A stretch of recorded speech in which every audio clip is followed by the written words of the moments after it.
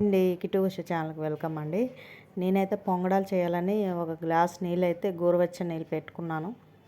ఇగోండి ఇక్కడైతే అది మా అమ్మకి ఇష్టమని చేయాలనుకున్నానండి. వేరే వాళ్ళు ఇచ్చింటే నచ్చాయట, అలా చేయమనింది అనమాట.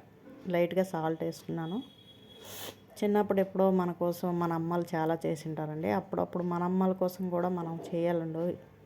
ఇదిగోండి ఇక్కడైతే నేను చిన్న కప్పుతో బెల్లం తీసుకున్నాను. ఆ గోరువెచ్చని నీళ్ళలో బెల్లం వేసి కలుపుకుంటున్నానండి.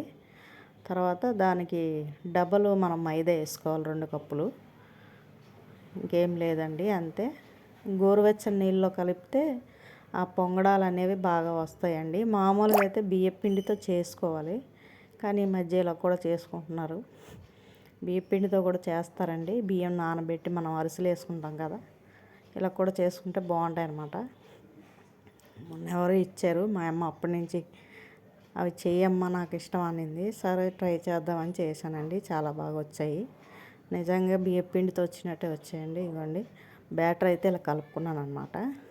ఇంకేమీ వేయలేదండి, అంతే. 3 వాటరు, బెల్లము, మైదా, అంతే.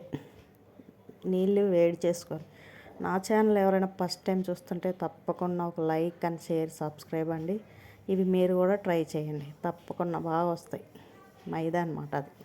ఇప్పుడైతే మూకుడు పెట్టుకొని ఆయిల్ వేసుకున్నానండి. కొంచెం హైలోనే పెట్టుకోవాలండి ఆయిల్ని, ఎందుకంటే ఇవి ఇవ్వండి ఇలాంటి గుంత గరిటె తీసుకొని ఆ గరిటె